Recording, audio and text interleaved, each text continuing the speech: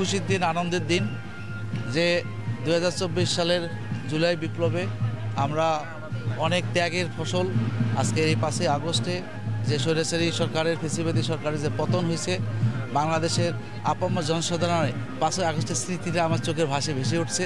সেই দৃষ্টিকোণ থেকে বেগম রোকেয়া বিশ্ববিদ্যালয়ে যথাযথভাবে এই দিবসটি পালনের জন্য আমরা বিভিন্ন কর্মসূচি গ্রহণ করেছি, যেটা আপনারা জানেন। আজকে আমরা র্যালির মাধ্যমে, আনন্দ র্যালির মাধ্যমে আমাদের সকল শিক্ষার্থী, কর্মচারী, কর্মকর্তা তাদের উপস্থিতিতে আমরা আজকে আনন্দ র্যালি করলাম।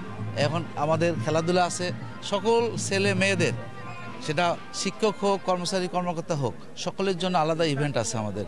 তারপরে আমরা বিকালবেলা বাদ আসর মিলাদ মাহফিল করব। যারা এই জুলাই বিপ্লবে শাহাদত বরণ করেছেন তাদের আত্মার মাগফিরাত কামনা করব।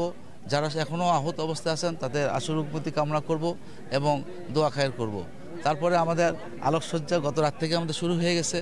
আমরা আজকে রাতে আবার আতশবাজি করব। 36শে জুলাই পর্যন্ত যে আমাদের আন্দোলন হয়েছিল, সেই আন্দোলনটাকে সামনে রেখে আমরা 36টি আমরা আতশবাজি করব এবং তারপরে আমাদের মনোজ্ঞ সাংস্কৃতিক অনুষ্ঠান অনুষ্ঠিত হবে, যেটা আপনারা দেখতে পাচ্ছেন। আমরা এই বিশ্ববিদ্যালয়ের আবেগে থেকে শক্তিতে সঞ্চয় করছি, যে সেই শক্তি দিয়ে আমরা বেগম রোকেয়া বিশ্ববিদ্যালয়কে দেশের উত্তরবঙ্গের শ্রেষ্ঠ বিশ্ববিদ্যালয় হিসেবে, বাংলাদেশের শ্রেষ্ঠ বিশ্ববিদ্যালয় হিসেবে, যে বাংলাদেশ বেগম রোকেয়া বিশ্ববিদ্যালয়কে এমন কোনো ব্যক্তি বা মানুষ নাই যারা এই বেগম রোকেয়া বিশ্ববিদ্যালয়কে এখন চেনে না। আমরা এর আগেও 16 জুলাই শপথ নিয়েছিলাম যে 30 জনের নামে যে চার্জশিট দাখিল হয়েছে আন্তর্জাতিক ট্রাইব্যুনালে, সেখানে কিন্তু আমরা একটা জিনিস আলোচনা করেছি, আবু সাঈদের পরিবারও বলেছেন, আপনারা জানেন। সেটা হলো তার মধ্যে 4 জন ধরা পড়ছে। আমাদের মামলার মধ্যে 2 জন ধরা পড়ছে, সোনারস দেখাইছে এবং আগে থেকে, এবং তারা আমাদের কাছে তথ্য উপাত্তগুলো নিচ্ছেন। সেই তথ্য উপাত্তগুলো তাদের অবস্থান কোথায় আমি মনে করি, আমি গত সপ্তাহ আলোচনা করেছি, তারা ফোন করেছিলেন, তারা যেভাবে তথ্য প্রযুক্তি ব্যবহার করে তারা ব্যবহার করতেছে, আমার মনে হয় তাদেরকে ধরার আমাদের বাংলাদেশের আইনশৃঙ্খলা বাহিনীর কোনো অসম্ভব কিছু না। তবে তারা কোথায় আছে এই শনাক্তকারী হিসেবে আমার মনে হয় অবশ্যই তারা এই প্রযুক্তি ব্যবহার করে তাদেরকে ধরার ব্যবস্থা করুক। এটা হোক আজকে আমার এই আনন্দের দিনে সবচেয়ে বড় আমাদের আবেদন, যে তারা যেন ধরাছোঁয়ার বাইরে না থাকে, তারা যেন ধরার মধ্যে পড়ে। তারা দেশে আছে না বিদেশে আছে, তারা দেশ ত্যাগ করেছে কিনা, এটা তো আমার তথ্য প্রমাণদের দেখা যায়।